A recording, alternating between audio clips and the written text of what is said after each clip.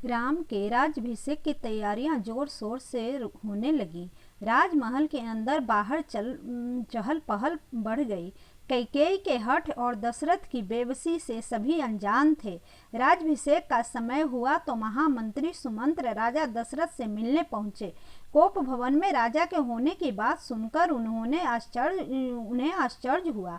कैकेयी बाहर आई, रूखे स्वर में बोली, महामंत्री जी, राजा दशरथ अपने प्रिय पुत्र राम से कुछ कहना चाहते हैं। उनके अतिरिक्त वे किसी और से अभी कुछ नहीं कहना चाहते हैं। आप कृपया राम को यहाँ भेज दें। कैकेयी की बात से महामंत्री समझ गए ये दाल में जरूर कुछ काला है। उन्होंने कैकेयी से कुछ पूछना उचित नहीं समझा।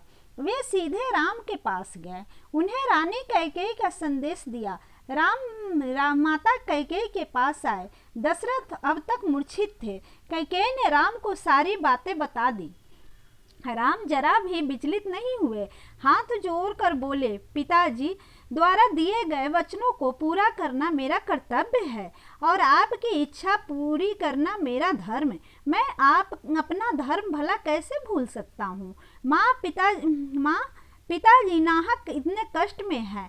आप भरत को बुलवाकर उसका राज्याभिषेक कीजिए। मैं आज ही वन को प्रस्थान करता हूँ। राम की आवाज सुनकर दशरथ की मूर्छा टूट गई। राम को हृदय से लगाकर वे विलाप करने लगे। राम अपने पिता से विनम्र शब्दों में कहने लगे, पिताजी, आप जानते हैं मेरे लिए माता पिता की सेवा में ही संसार के समस्त सुख हैं। फिर भला मैं यह सुअवसर कैसे छोड़ सकता हूँ। आप अपने मन में किसी प्रकार का दुख मत रखिए। यह कहकर राम ने दशरथ को पलंग पर लिटा दिया।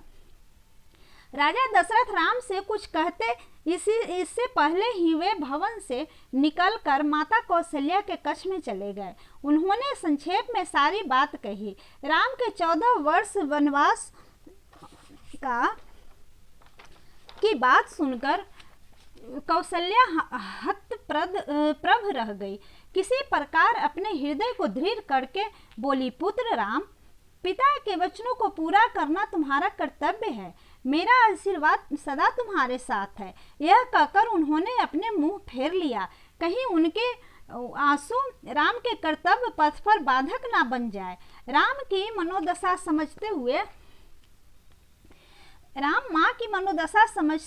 समझते हुए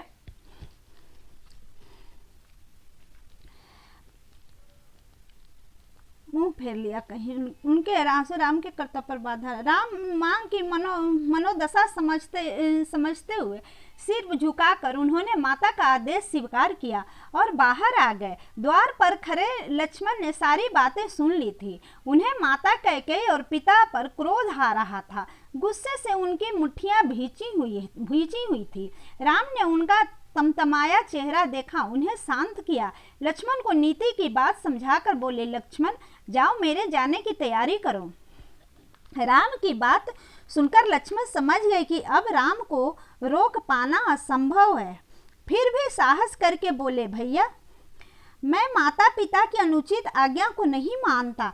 अयोध्या के राज सिंहासन पर केवल आपका अधिकार है, इसे आपसे कोई नहीं छीन सकता। आप मुझे आदेश दे, मैं आपके मार्ग में आने वाले कांटों को उखाड़ फेंकूंगा। लक्ष्मण की बात सुनकर राम ने कहा,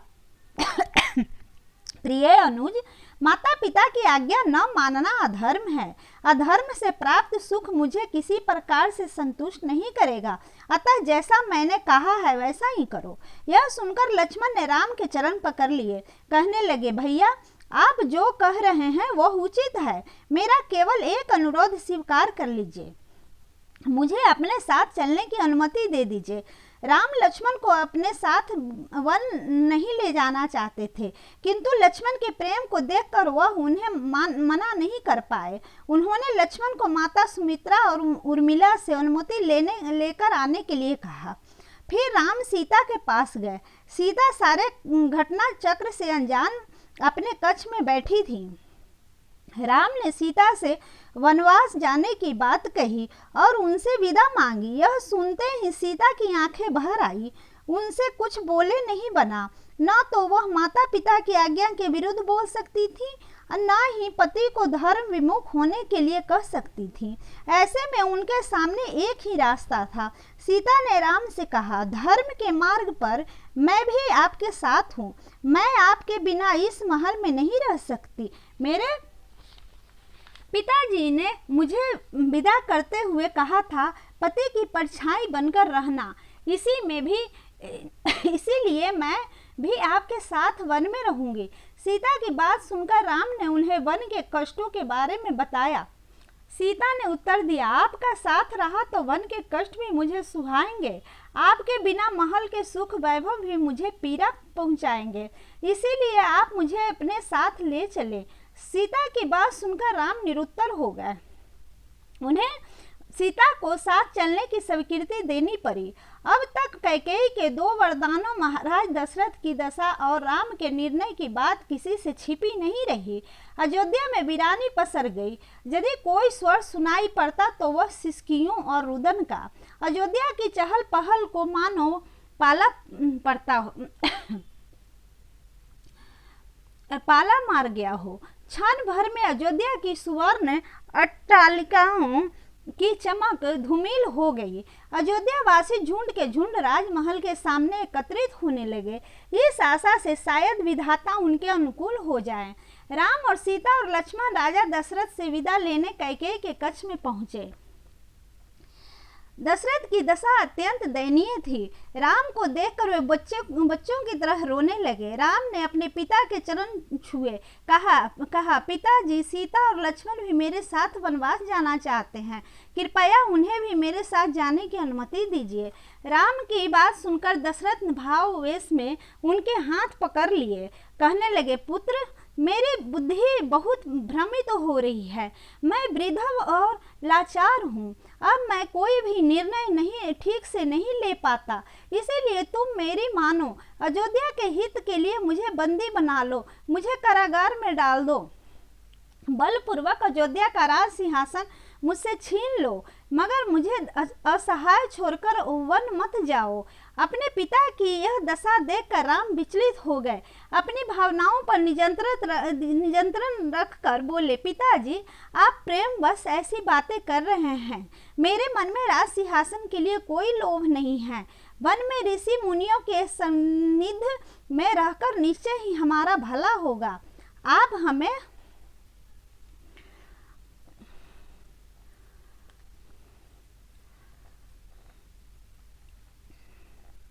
आप हमें निश्चिंत होकर आशीर्वाद दे। विदाई के क्षणों में इस प्रकार की बातें शोभा नहीं देती। यह कहकर राम, सीता और लक्ष्मण दशरथ के चरण छुए। तत्पश्चात राम कैकेयी का आशीर्वाद लेने उनकी ओर बढ़े। कैकेयी के हाथ में वत्कल वस्त्र थे। राम ने कैकेयी के चरण छुए। कैकेयी ने एक बार फिर उन्हें 14 वर्ष वनवास का वचन याद दिलाया। राम ने विनम्र भाव से उनके हाथ से वत्कल वस्त्र ले लिए। राम, लक्ष्मण, सीता ने राजसी वस्त्र उतार कर वल्कल वस्त्र पहन लिए। दोनों सुंदर राजकुमारों और कोमलांगी सीता वत्कल वस्त्र पहने देख सभी कैकेयी को धिक्कारने लगे, लेकिन राम के चेहरे पर वही चिर परिचित सहजता थी। राम, लक्ष्मण और सीता को वनवासियों के वेश में देखकर राजा दशरथ मूर्छित हो गए। राम ने वहां उपस्थित सभी लोगों को प्रणाम किया और राजमहल से बाहर आ गए। उनके पीछे सीता और लक्ष्मण थे। अपने प्रिय राम और सीता और लक्ष्मण को नगर छोड़ कर जाता देख अयोध्यावासी हाहाकार कर उठे। राम ने उन्हें समझाया, यदि आप लोग मेरा हित चाहते हैं तो वह कार्य कीजिए जिसमें मेरे पिताजी सुखी हों। फिर पीछे खड़े गुरु वशिष्ठ